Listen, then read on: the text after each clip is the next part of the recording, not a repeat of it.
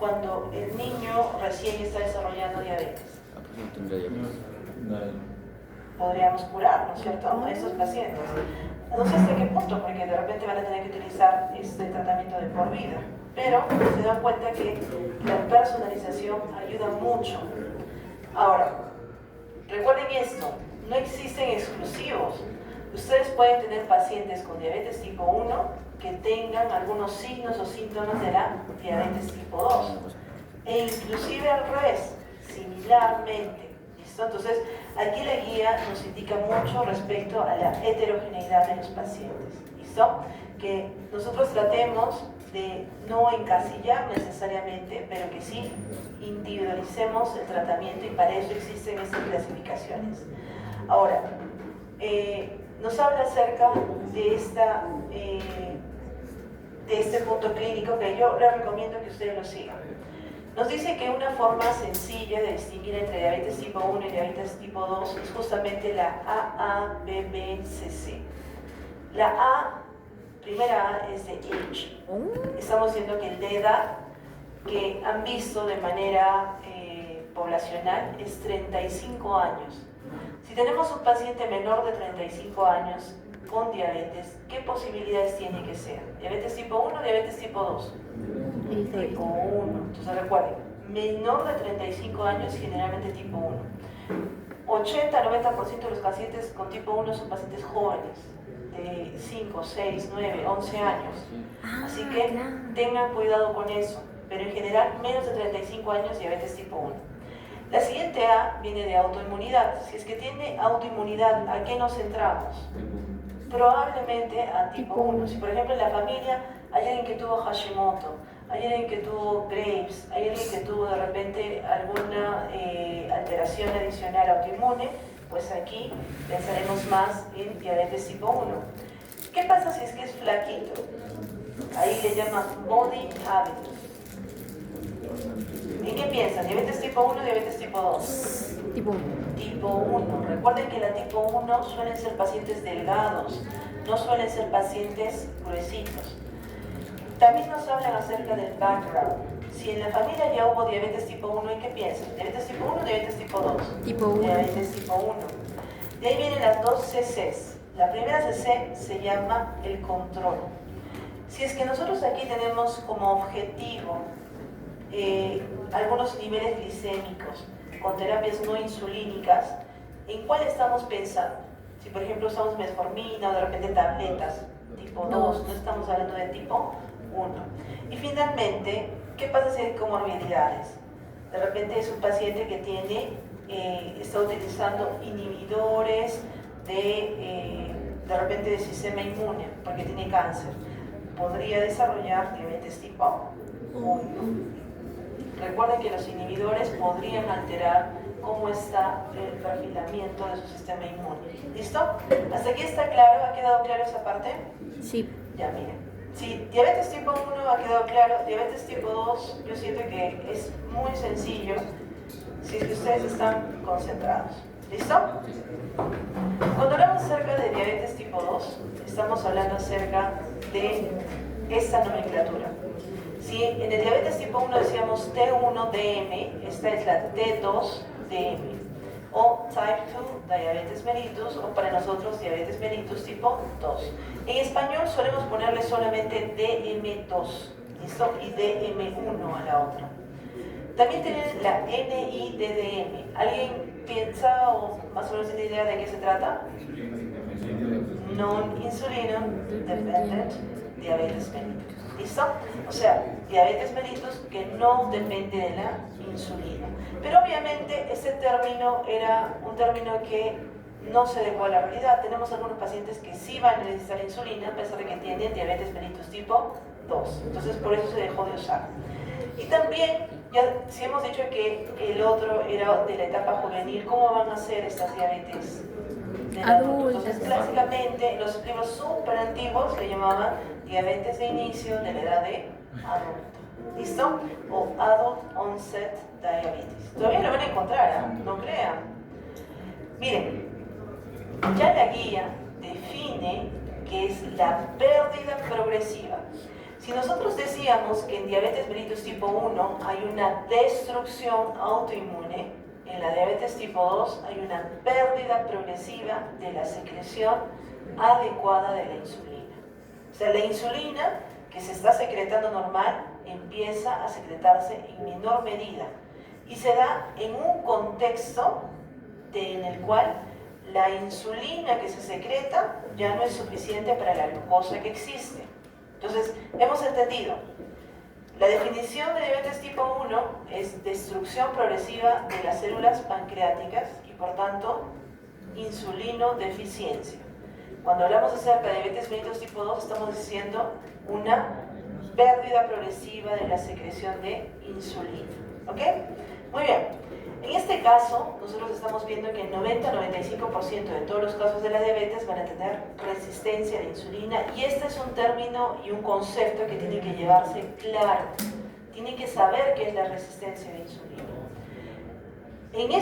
Cuando nosotros hablamos acerca de resistencia a insulina, decimos que hay insulina, es decir, que hay un déficit para la cantidad, para la demanda. Si nosotros necesitábamos ciertas unidades de insulina para cierta cantidad de glucosa, hay tanta glucosa que la insulina que producimos no es suficiente. No es suficiente para mantener ¿qué? ¿Recuerdan qué parámetro? La glicemia. Excelente. Entonces, estos pacientes se van a caracterizar por hiperglicemia. En la fisiopatología inicia con la resistencia a la insulina. ¿Listo? Empiezan las disrupciones de las vías celulares, de repente el paciente va a tener una respuesta disminuida a la insulina o una sensibilidad alterada a la insulina, pero primordialmente, ¿qué va a suceder en los tejidos periféricos? Vamos a ver que en músculo, hígado y tejido adiposo ya no vamos a tener la entrada de ¿qué cosa? De glucosa hacia estas áreas. ¿Listo? Una vez que se desarrolla la resistencia a la insulina, empieza la disfunción de las células beta. Esa disfunción de las células beta, es decir, que las células que están presentes en los islotes empiezan a fallar, se desencadena cuando la función decae. Es como si tuvieran ustedes, habíamos dicho, la computadora al 200%, todo el día trabajando 24/7 y todavía haciendo todos los programas más fuertes que ustedes puedan imaginarse. Y esto va a generar una deficiencia que va a desarrollar hiperglicemia. Y recuerden esto, la deficiencia es suficiente para que no se produzca cetoacidosis diabética. ¿Han escuchado esto que les he dicho? Sí. Por tanto, ¿en qué pacientes sí se presenta cetoacidosis diabética? Tipo 1.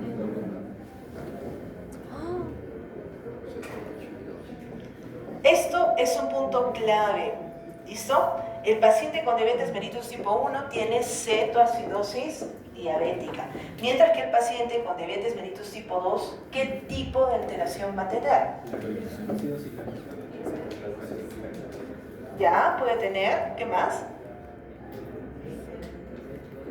Por ahí, ya, y la hiperglicemia, ¿por qué nos preocupa? Ustedes pueden, lo hemos visto en Fisiopato 1. Porque sube el O, ¿cómo se llama eso? El O. Empieza con O. Osmolaridad. Muy bien. ¿Y cómo se llamaba eso? Hiperosmolaridad. Estatus hiperosmolar. Muy bien, muy bien. Entonces, en la diabetes tipo 2 estamos diciendo que esta es progresiva. ¿Listo? Adquirida. Y en este paciente nosotros vamos a tener estatus hiperosmolar o hiperosmolar. Pero doctora, ¿puedo tener algún paciente con diabetes mellitus tipo 2 y cetoacidosis diabética? Sí, claro, pero en la gran mayoría de los casos sus pacientes van a tener estatus hiperosmolar. ¿Listo? Muy bien.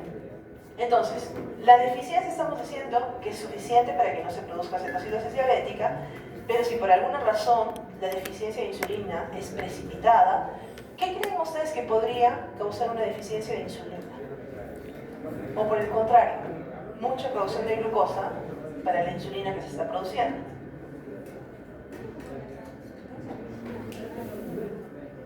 ¿La dieta? ¿Se acuerdan que les había dicho que podían haber hemorragias que causen necrosis? Podría ser, por ejemplo, un caso. Entonces, condiciones severas de estrés. ¿Qué pasaba en las condiciones severas de estrés? Aumenta el cortisol. ¿Y el cortisol qué hacía? Aumentaba la glicemia. Y por tanto, ¿qué va a suceder? Vamos a tener una alteración. Por ejemplo, las infecciones. Las infecciones recordaban que causaban un efecto de aumento del cortisol, aumento del estrés. Y por tanto, ¿qué va a pasar con el paciente? Este paciente puede presentar cetoacidosis diabética, además del coma hiperosmolar, es decir, un estatus mixto. ¿Listo? Hay algunos fármacos que también causan esto, como por ejemplo, estos son unos fármacos nuevos, corticosteroides y antipsicóticos, que pueden justamente causar una pérdida precipitada de insulina y por tanto cetoacidosis diabética. Ahora, algo que tenemos que recordar es la predisposición poligenética. Nosotros creemos al momento, porque todavía nuevamente hay cosas que de repente las vamos a descubrir en el futuro, que hay personas que son susceptibles a tener diabetes. Pero en las condiciones del medio ambiente, sobre todo en las condiciones en las cuales hay el día del pollito, que vayamos a comer chicharrón, cositas como esas, el medio ambiente va a hacer que estos pacientes desarrollen diabetes. A medida que progresa la edad, el paciente tiene mayor chance de desarrollar diabetes. ¿Alguien sabe por qué? Por los ácidos grasos libres. Puede ser una opción. Debido a que ya con la edad dejan de funcionar correctamente los sistemas osmotónicos. Los sistemas hormonales. Todos los sistemas hormonales van decayendo y por tanto se puede notar más la deficiencia. La obesidad, recuerden, sobre todo a nivel central, es un factor de riesgo para el desarrollo. La historia familiar de diabetes. Y esto, por ejemplo, se ha visto con mucha más frecuencia en los grupos raciales de nativos americanos, americanos que son de origen asiático pero que ya han nacido en América, afroamericanos, muchos pacientes afroamericanos son, acá no hay ningún afroamericano, ¿por qué se están riendo? Marchero, ¿por qué son tan... ¿Sí? ¿Tienes familia afroamericana? Sus primos son rubios, doctora. ¿Son judíos? No, son rubios. Seguimos, hispanos, y aquí entramos nosotros. Los hispanos tienen mucho, hispanos, piensen ustedes en latinoamericanos, tenemos una predisposición genética a la diabetes, y bueno, latinos, ¿no? Sobre todo en la primera generación. Entonces, es que por ejemplo, los padres tuvieron diabetes, los hijos tienen una mayor predisposición que otros grupos en los cuales no existió diabetes. Inactividad física, ¿quiénes creen que entran acá? Los médicos, muy bien. Adopción de hábitos de la vida moderna. Tenemos guardia, pidamos unos pollitos, mejor pizza, a la siguiente. Ah, estudiando, miren, estudiando hacen eso, imagínense. El ser mujer, sobre todo que haya tenido diabetes gestacional o que su niño haya nacido grande, macrosómico, es un factor de riesgo. Hipertensión y dislipidemias también, con elevación de triglicéridos y las lipoproteínas.